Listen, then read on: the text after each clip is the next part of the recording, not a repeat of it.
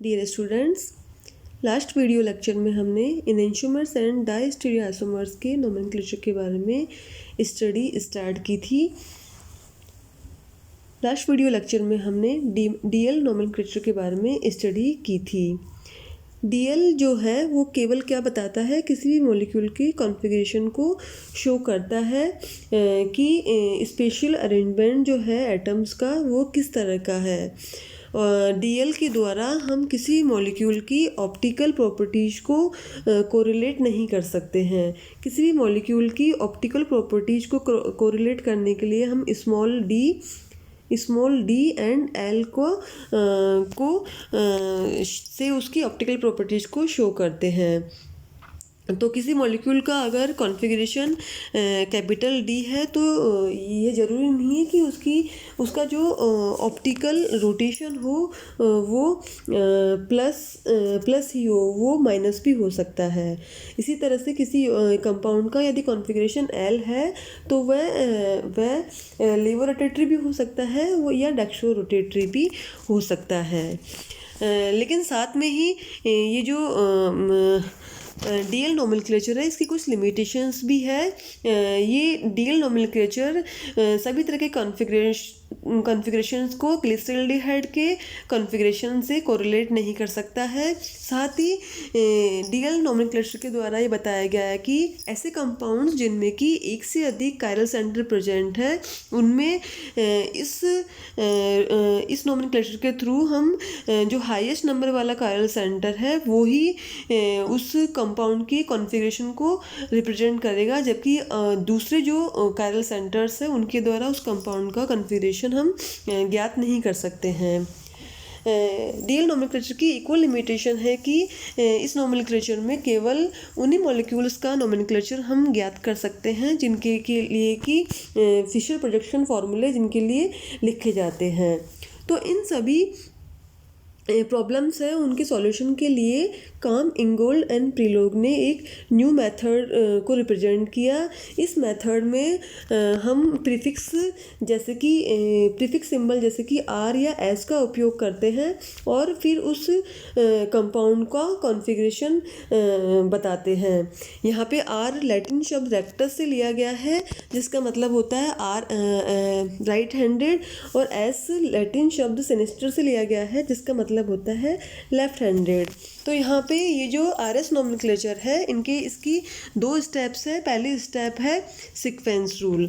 तो sequence rule के according जो पहला नियम है वो ये बता रहा है कि जो किरेल का सेंटर होता है उससे जुड़े हुए जो चारों एटम्स होते हैं या ग्रुप्स होते हैं उनको जो हम प्रायोरिटी ऑर्डर देंगे वो किसके आधार पर देंगे, उसके एटॉमिक नंबर के आधार पर देंगे।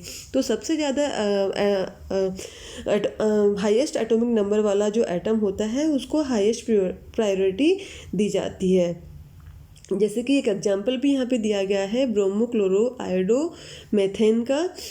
इस कंपाउंड में देखिए सबसे ज़्यादा हाईएस्ट प्रायोरिटी दी गई है आयोडाइड को, क्योंकि इसका जो एटॉमिक नंबर होता है वो क्या होता है, सबसे ज़्यादा होता है। उसके बाद में ब्रोमाइड, फिर क्लोराइड, फिर हाइड्रोजन एटम।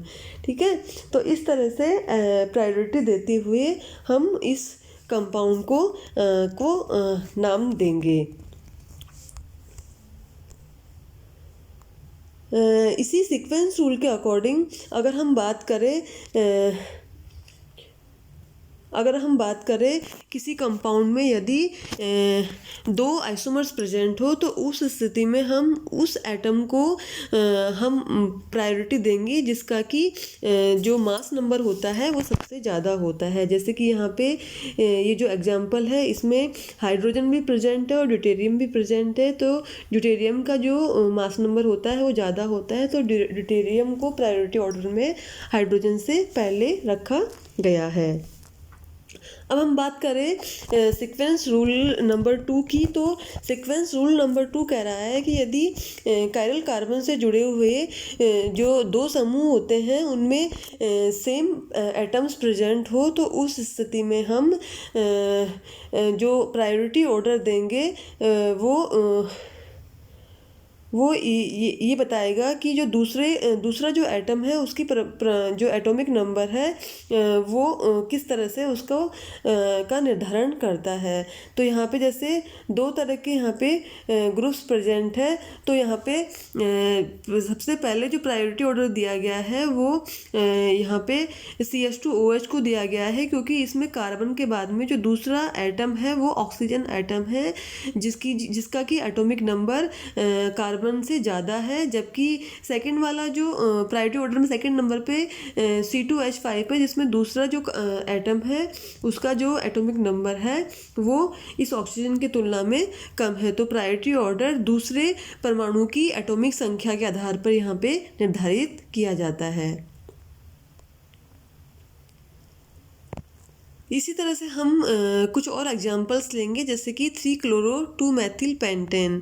तो इसमें भी जो दूसरे जो एटम्स हैं यहाँ पे प्रायोरिटी ऑर्डर देखें तो यहाँ पे 2-chloro-2-methyl-pentane में यहाँ पे जो प्रोपिल समूह है इसको हम प्रायोरिटी ऑर्डर में एथिल समूह से पहले रखेंगे, क्योंकि यहाँ पे जो कार्बन एटम है ये जो कार्बन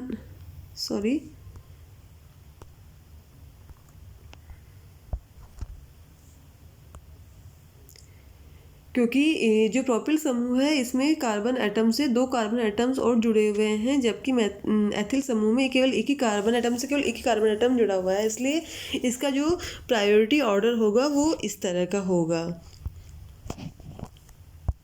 आगे हम बात करें सीक्वेंस रूल नंबर 3 की। तो सीक्वेंस रूल नंबर 3 के अकॉर्डिंग यदि कोई कायरल कार्बन एटम से यदि कोई डबल बॉन्ड या ट्रिपल बॉन्ड जुड़ा हुआ हो तो उस स्थिति में हम ये मानते हैं कि जो वो एटम है वो 2 या 3 एटम से जुड़ा हुआ होता है। तो यहाँ पे उस एटम से जुड़े हुए दूसरे एटम्स को हम 2 या 3 बार लिख लेते हैं और फिर प्रायोरिटी ऑर्डर का डिटरमाइन किया जाता है। जैसे डीग्लिसरॉल्डिहाइड है, डीग्लिसरॉल्डिहाइड में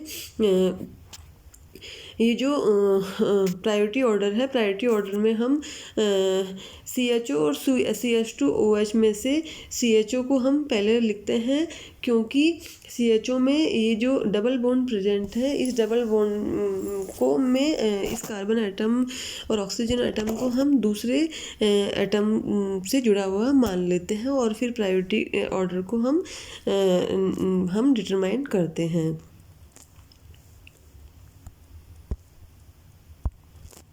इसी तरह से कुछ और एग्जांपल्स है, जैसे कि 2-हाइड्रोक्सी 3-ब्यूटाइल नाइट्राइल का एग्जांपल है, जिसमें कि ट्रिपल बॉन्ड प्रेजेंट है। तो इसमें भी ट्रिपल बॉन्ड वाले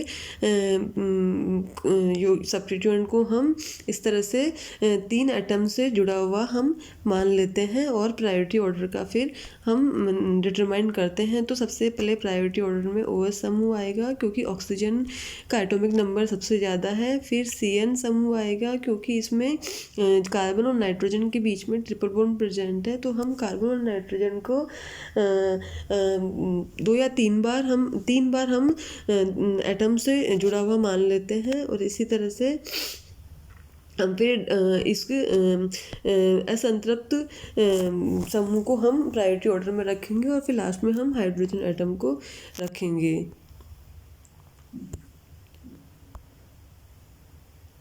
अभी इसी RS नोमेनक्लेचर में जो दूसरी स्टेप है वो है कायरलिटी रूल।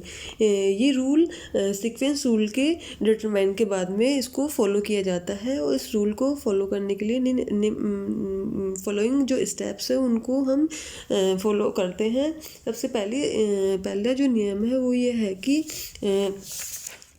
जो कायरल एटम होता है उसको हम इस प्रकार से देखते हैं कि जो सबसे लीस्ट प्रायोरिटी वाला समूह है वो जो व्यूअर है उसके जस्ट अपोजिट साइड में हो। साथ ही हम देखते हैं कि जो अदर 3 सब्स्टिट्यूएंट्स होते हैं वो सीक्वेंस ऑर्डर प्रायोरिटी ऑर्डर उनका हम फिर डिटरमाइन करते हैं। यदि ये प्रायोरिटी ऑर्डर क्लॉकवाइज डायरेक्शन में है तो हम उस कॉन्फ़िगरेशन को R नाम देते हैं। R का मतलब रेक्टस होता है, राइट हैंडेड होता है। और यदि ये प्रायोरिटी ऑर्डर एंटी क्लॉकवाइज है तो उस कॉन्फ़िगरेशन को हम S नाम देते हैं। तो कुछ एग्जांपल्स है जिसके द्वारा हम समझ सकते हैं इसको।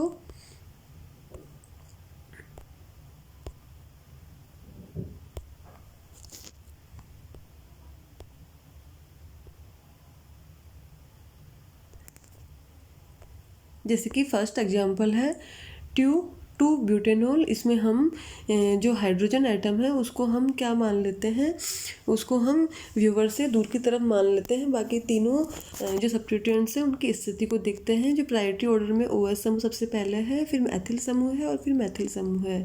तो प्रायोरिटी ऑर्डर के इस सीक्वेंस की बात करें तो फर्स्ट, सेकंड एंड थर्ड, तो ये जो प्रायोरिटी ऑर्डर है क्लॉकवाइज डायरेक्शन में है, तो इसका जो कॉन्फ़िगरेशन होगा, सॉरी एंटी क्लॉकवाइज डायरेक्शन में है तो इसका कॉन्फ़िगरेशन S होगा। जबकि यहाँ पे जो दूसरा इसका जो आइसोमर है उसकी हम स्थिति देखें तो हाइड्रोजन को यहाँ पे व्यूवर से हम दूर मान लेते हैं, और बाकी तीनों सब्स्टिट्यूएंट्स की स्थिति देखें तो तीनों सब्स्टिट्यूएंट्स का priority order anti clockwise direction में है, तो इसकी कॉन्फ़िगरेशन को हम R मान लेंगे। इसी तरह से दूसरा एग्जांपल लेते हैं 2-मेथिल-1-ब्यूटेनॉल। तो इसमें भी हम हाइड्रोजन एटम को व्यूवर से हम दूर की तरफ हम रखते हैं। लिस्ट प्रायोरिटी वाले समूह को हम व्यूवर से हम दूर की तरफ रखते हैं, अपोजिट डायरेक्शन में रखते हैं, और फिर हम बाकी जो सब्स्टिट्यूएंट्स बचे हुए हैं उनको हम प्रायोरिटी सीक्वेंस हम देखते हैं।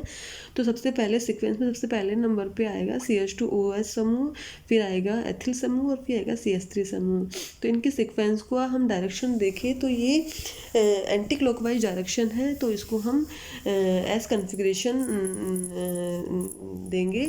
और अगर दूसरा इसका आइसोमर देखें तो इसमें जो सीक्वेंस है वो क्लॉकवाइज डायरेक्शन में है, तो ये हो जाएगा R2-मेथिल-1-ब्यूटेनॉल। इसी तरह से हम ब्रोमो, क्लोरो, फ्लोरो, आयोडोमेथेन की बात करें तो यहाँ पे हम सबसे जो लीस्ट प्रायोरिटी वाला जो एटम है उसको हम क्या मान लेते हैं, लिस्ट प्रायोरिटी वाला एटम यहाँ पे है F। तो यहाँ पे हम इसको हम व्यूवर से डायरेक्शन में मान लेते हैं, और बाकी तीन एटम्स की स्थिति को हम देखते हैं।